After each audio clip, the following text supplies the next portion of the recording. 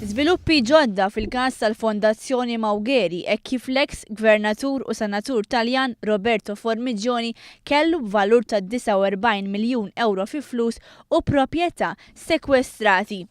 Formigioni huwa eks gvernatur tal-Lombardija u jinsab fil-mira ta' investigazzjoni dwar skandlu kbir li qiegħed jittieħed b'serjetà kbira mill-awtoritajiet f'Milan u li fih tissemma Malta. Fost oħrajn Formigioni kellu miljuni ta' euro sekwestrati kif ukoll villa ta' lussu enormi f'Sardenja, sekwestrati wkoll xi proprjetajiet oħra u 3 karozzi.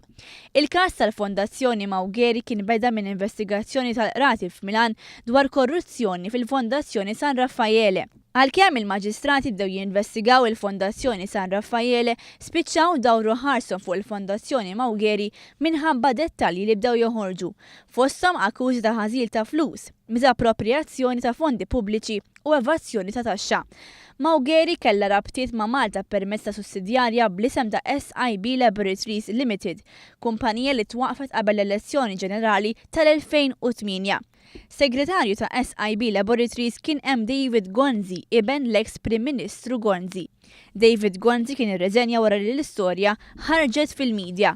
Fil-każ ta' Malta kien hemm 15 miljun euro li ħadd ma jaf għaliex intużaw. Fost oħrajn il-ħasil ta' flus sar billi intużaw istituzzjonijiet bħall-Università ta' Malta u l-Malta Enterprise bħala kopertura biex isir il-ħasil ta' flus.